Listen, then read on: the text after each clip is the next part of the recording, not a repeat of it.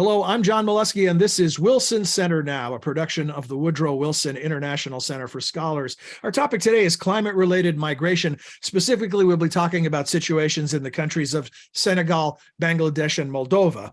And joining us for the discussion is Lauren Herzer Risi. Lauren is director of the Wilson Center's Environmental Change and Security Program.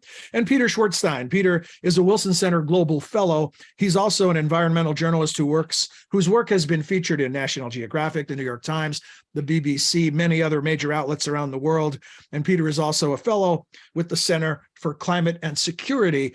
He traveled to the three countries we talked about, digging deep into the topics with interviews on the ground. And he traveled with a photographer, and you'll see some of the images as we discuss his reporting during the next couple minutes. So welcome to both of you. Thank you for joining us. Thanks for having us, John. Lauren, could we begin with you in terms of a little setup? The timing of this episode of Now is no accident. ECSP is simultaneously releasing the new articles that Peter wrote. Could you talk to us about those? Yeah, absolutely. I mean, I think that at this point, most people probably will have seen a headline or two about the coming mass migration coming as a result of climate change, right? You've seen everything from hundreds of millions to over 1 billion.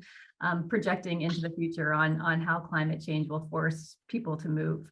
I think, those numbers are really great for grabbing attention and for those headlines, for the purposes of a headline, but they don't really tell the story of what is actually happening on the ground that is driving people to move. How is climate change actually interacting with the social, political, environmental, economic factors that people are grappling with on a day-to-day basis in ways that push them to move? And understanding that nuance is going to be critical to how we respond and making sure that our responses are effective in allowing people to move in a safe and orderly fashion when they choose to, and also allowing them to stay home when that's what they would prefer to do, which, as I think a lot of us know, is most of the time that's what the preference is to stay in place. And so how do we create the policies and the programs that are really supporting both the communities that are sending migrants, the migrants themselves, and the communities that are receiving migrants? So Peter is somebody that has worked with ECSP for a number of years. He is an extraordinary reporter who is really skilled at capturing the complexity and the nuances, especially related to climate change and how it interacts with these factors. And so he generously agreed to travel to Senegal, Moldova, and Bangladesh to help unpack some of this complexity in a sort of less academic and more accessible way. Thanks, Lauren, for that setup. And Peter, I want to mention also an article that you previously published in December with the New Security Beat, the blog of ECSP, where you talked about climate security reporting and you pointed out some of the weaknesses, and you put your money where your mouth is. You went into the trenches. And so this is no longer theoretical about people moving around as a result of climate change impacts. You were there and saw it firsthand. Yes, I mean, as Lauren said, the entire aim behind this project was to sort of try and put a little bit more of a human face on a subject that's often discussed in kind of wild, sensationalist, or often extremely securitized terms, and one in which, the big headline statistics over kind of X number of thousand or X number of million people who might cross borders don't really tell the proper story of what's going on. So by heading to these three different countries in three different parts of the world with three very, very different kinds of sort of migration scenarios, we were looking to just impress upon, perhaps our two kind of audiences, the average man or woman on the street who might just look to find out more about this particular subject, and also policymakers in Washington who we hope might take a kind of slightly more occasionally sort of broad-minded kind of look at a field that, again, has sometimes been talked about in less than ideal terms.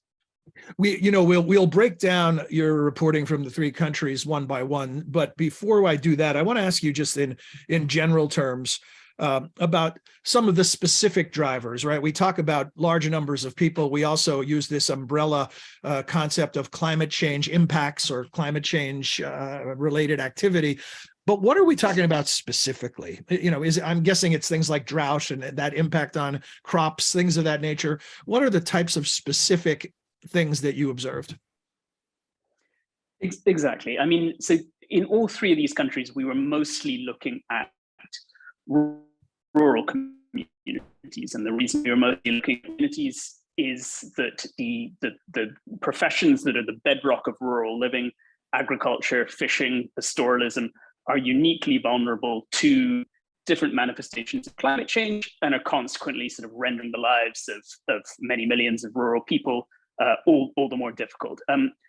When it comes to those particular climate manifestations, perhaps the one that cropped up time and time again is drought. Drought is this kind of slow-moving stress that can wreak an even greater degree of havoc on the kind of average farmer or pastoralist lives than kind of some of the more arresting in-your-face shocks like flooding, like massive storms, like kind of dust and sand storms. But I mean, the point that we try and emphasize throughout the project is it's not so much that people are up against scarcity. It's not so much that they're lacking water or they're lacking sufficient arable land, though that often is a problem. It's just the radical uncertainty that so many hundreds of millions, if not billions of people are experiencing across the world that is just complicating their lives in ways that these often very poor people with kind of razor thin profit margins simply can't afford. So let's start in Senegal and talk about migratory pastoralists, a way of life. We're not talking about just people who were living in a city or living in a town that is seeing increased flooding and had to move. These are people who historically, that's what they do. They move around. How is that changing as a result of climate change? I mean, absolutely. I mean, in fact, that was one of the reasons why we arrowed in on the pastoralist community in Senegal in the first place. This is a people whose very life since time immemorial has revolved around migration.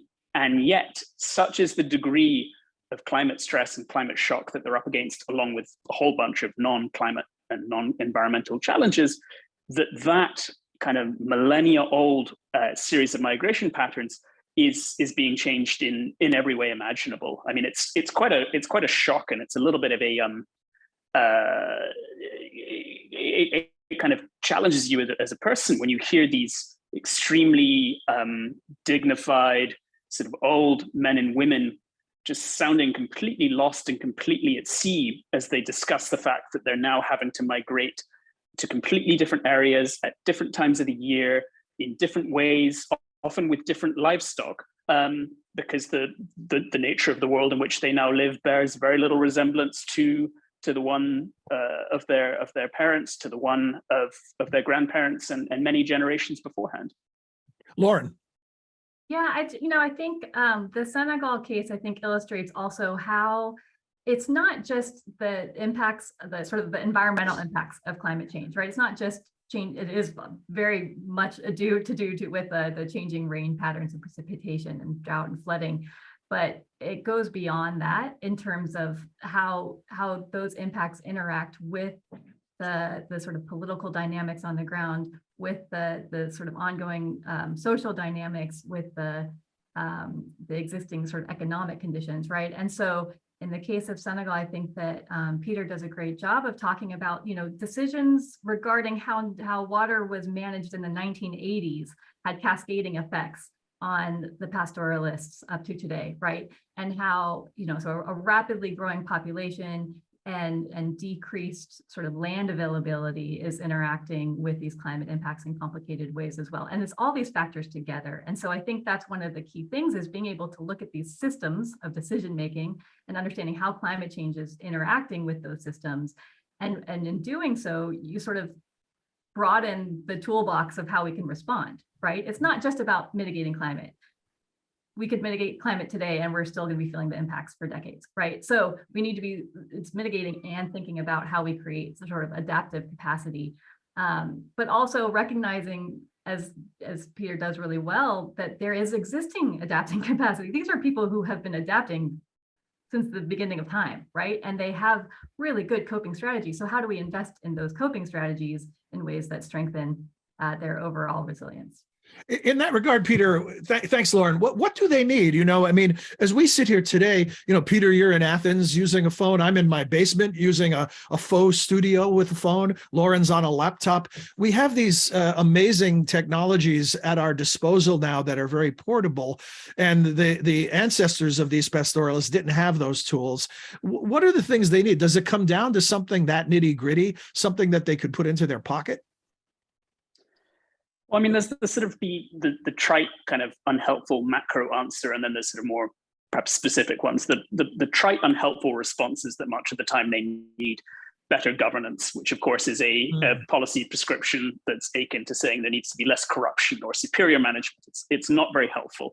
But the reason why we say that is that, that kind of climate-related migration, along with climate-related security risks, is generally the marriage of climate stresses, climate shocks, with poor governance on the part of whoever the responsible authorities are. So even though Senegal is by and large a significantly better governed, more stable country than almost all of its other peers within West Africa, most of these pastoralists are in some way, shape, or form struggling with the fallout of poor decision-making in the capital or in regional centers. Then a perhaps marginally more helpful response is that everything from kind of targeted aid at times of crisis to weather forecasting in the local languages can go extremely far. So most of Senegal's pastoralists come from the Fulbe, the Fulani ethnic group, who are traditionally relatively marginalized, both up to a point within Senegal, but to a much greater degree within many of Senegal's neighbors. And as a consequence, there's historically been very little programming in their own language, which has ensured that they're significantly less aware than the wider population about impending kind of extreme weather events. And so I came across one NGO-run radio station called Radio Ferlo FM in the north of Senegal that had enjoyed tremendous success and tremendous popularity by broadcasting reports of coming rains or kind of intensifying heat to people who previously largely went without it. Is your sense that this is a lifestyle that is on the clock and will expire at some point, or is this something that, as they have historically been able to do, that pastoralists can adapt to? I mean, it up to a point, it can feel like a profession that's living on borrowed time, like such is the degree of troubles that they're up against. But then again, I mean, as many of them very correctly and very accurately pointed out to me, they've faced variations of these problems before. And in fact, in the case of pastoralists in the Sahel, they faced even greater degrees of drought back in the 1970s and 1980s than they have over the past decade. Now, it would be far too strong to say that they weathered that okay. Very large numbers of them died. Very large numbers of them permanently migrated to national capitals or further afield. But the way of life continued. I mean, their adaptive capacity, and I don't want to kind of excessively kind of romanticize or suggest that they're more resilient than they necessarily are, but their adaptive capacity is extremely impressive. Mm-hmm. Let's move on to Bangladesh, and this is a familiar story of movement of people around the world from rural to urban. Tell us about what you observed and reported on from Bangladesh. I mean, as you say, when it comes to looking at kind of global climate-related migration, Bangladesh has often been something of a poster child. It's often been the subject of a lot of these quite grandiose, possibly questionable projections about kind of X number of tens of millions of people who are likely to be displaced. At the same time, there is up to a point a reason why we focus on Bangladesh. It's an extremely climate vulnerable country with an enormous population tucked into a tiny patch of land smaller than the state of Illinois.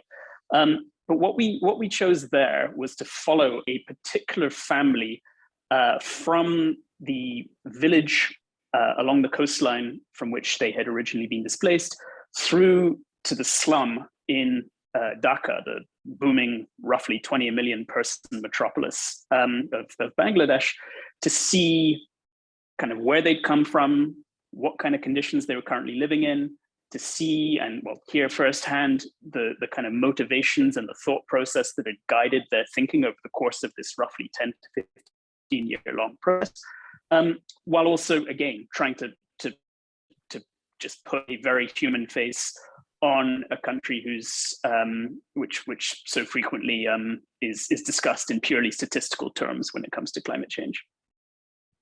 And Moldova, your opening line in the article talks about it as a distillation of history of migration lessons. What makes it so?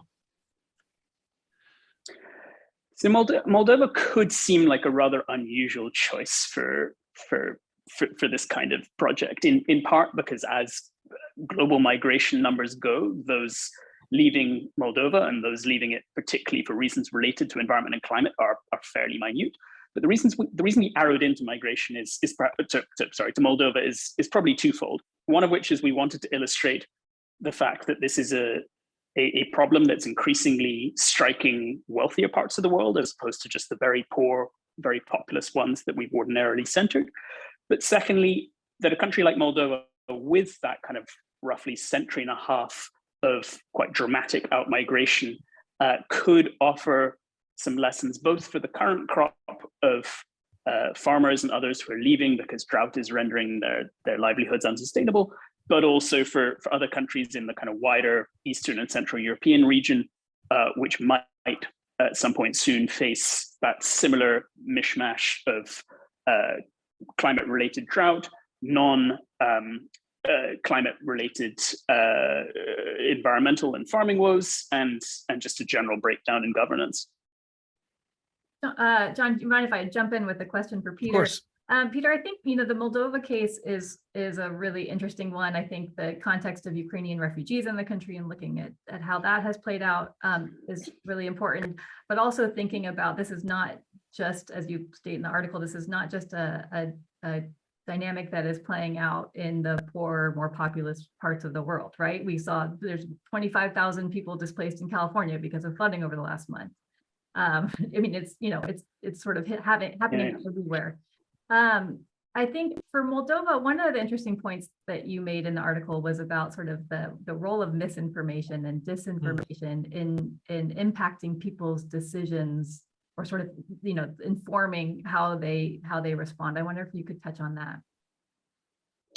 Certainly. I mean, we know that times of trauma, times of flux, times of uncertainty are extremely kind of ripe information climates for fake news, for want of a better term, to spread.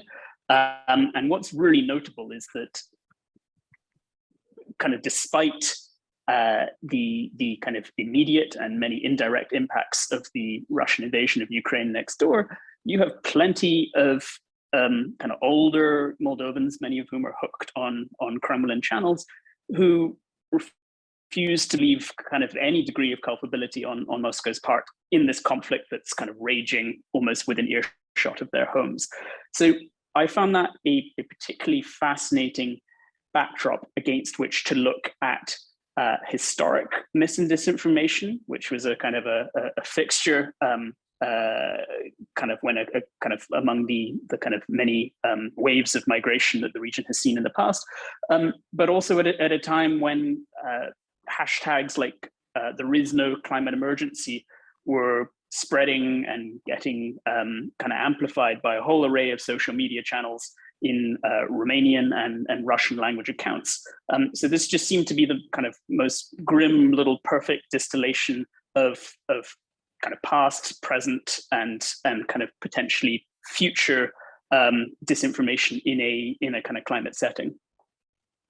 What you describe in terms of disinformation in response to Lauren's question and in the article, it raises the question that, like everything, technology is a double-edged sword. It cuts both ways. What are that's one of the negative impacts of technology, how easy it is to spread lies. What are some of the positive developments that you're seeing that could give people some hope who are concerned about these masses of people whose lives are being disrupted? So for that, we'd probably go back to Bangladesh, because despite this sort of currently relatively high levels of out-migration from rural to urban areas for environment and climate-related reasons, it's arguably rather extraordinary that the numbers aren't greater than they currently are. And up to a point, we have Bangladesh's extraordinary success in combating cyclone deaths to thank. Until about 20 or 30 years ago, darn near every cyclone that struck the coastal strip of Bangladesh carried away tens or hundreds of thousands of people. These were kind of the most debilitating of disasters that one could imagine. And yet, over the last 20 to 30 years, the state, along with a bunch of local and international NGOs, have rolled out this enormous network of cyclone shelters, which have ensured that when cyclones do strike, the impact, while still tragic, is a tiny fraction of what it once was. But even though you have that cyclone network in place, that cyclone shelter network in place, the reason why, above all else, that they have succeeded in bringing that death toll down is through the massive expansion in the cyclone warning system, which has ensured that almost anybody within the wider coastal belt of Bangladesh is aware of kind of impending disaster 36 to 48 hours before it comes. There's a massively improved forecasting service, which has kind of made that kind of rollout of the warnings possible in the first place. So yeah, it's very understandable that technology is often cast in a negative light, but as you say, there's an enormous number of positives as well. Lauren, I want to ask you a big picture question as well. You know, ECSP has been onto these trend lines before they became headlines, and now it's all coming home to roost. And I wonder, when you look at the problem and the problems, because it's very complex, do you see that the sense of urgency in addressing the problems is anywhere where it needs to be, given the scale of what we're talking about? Oh, that's a good question. I mean, so this is something that Cynthia Brady, who's been working on this project with us, and I have talked about with Peter as well, and thinking about, I mean, yes, absolutely. I think the urgency is growing, but I think there's maybe a danger in having the problem overwhelm the solutions, right? And having the sort of the focus on these dire circumstances undermine the recognition that we have tools, we have an ability to coordinate, we can put into place responses that can be effective, right? And so I think one of the things that we really want to do is sort of shine a light on where there have been stories, like success stories, when it comes to like how have cities arranged themselves to be better placed to accept migrants in a way that benefits the existing community and benefits the migrants, right? And there are stories of success around the world. And I think we need to do a better job of telling those stories and finding those lessons that can be applied elsewhere. I think that, yeah, so just sort of having a practical understanding of the challenges, but then making sure that we're working to address them in an effective way and not just sort of being buried under the threats. Thanks. Peter, I want to ask you for a personal observation. You've talked a lot about, and you mentioned earlier about not romanticizing, you know, and I could hear the reporter in you trying to check yourself, and because it's so easy to become close to your subjects, but talked about how this changes your view of the world and view of the challenges when you immerse yourself into these communities and you report from the trenches. So I come at this from more of a climate security background. So when I look at climate change or climate related migration, I have a tendency to focus on its security dynamics. So I thought it was actually extremely beneficial for me on an intensely selfish level to actually step away from that calculus for a moment, particularly in settings where there was relatively little associated violence, and to kind of examine all of this on its own merits. And as Lauren says, there is this tendency to focus on the bad or the perceived bad side of migration, and I mean, part of that is arguably due to media's own failings. There's that old line: "If it bleeds, it leads," as well as this kind of grim human fixation that we tend to have on misery. But as I hope will become clear to people reading any one of the three articles from Bangladesh, Senegal, Moldova, these are not kind of unequivocal tales of woe. Like, even those who've been displaced in the most unfortunate or kind of most involuntary of circumstances have in most circumstances managed to make a pretty good fist of it in their new setting. And so I hope for those who perhaps do look at this from a securitized vantage point of their own, that they'll see that as unpleasant as some elements of this phenomenon might be, that it doesn't have to be construed in the often grim kind of fatalistic manner in which it's generally presented.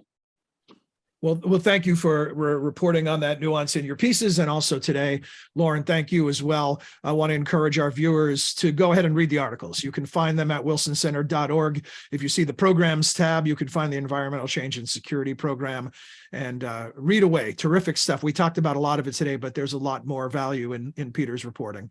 Also, I should give your website a plug. Peter Schwartzstein has his own website, which is a portal to all of the work that he's been doing over the years and future projects that he'll be working on. Thanks to both of you. Thank you. Thank you, John. We hope you enjoyed this edition of Wilson Center Now, and that you'll join us again soon. Until then, for all of us at the center, I'm John Molesky. Thanks for joining us.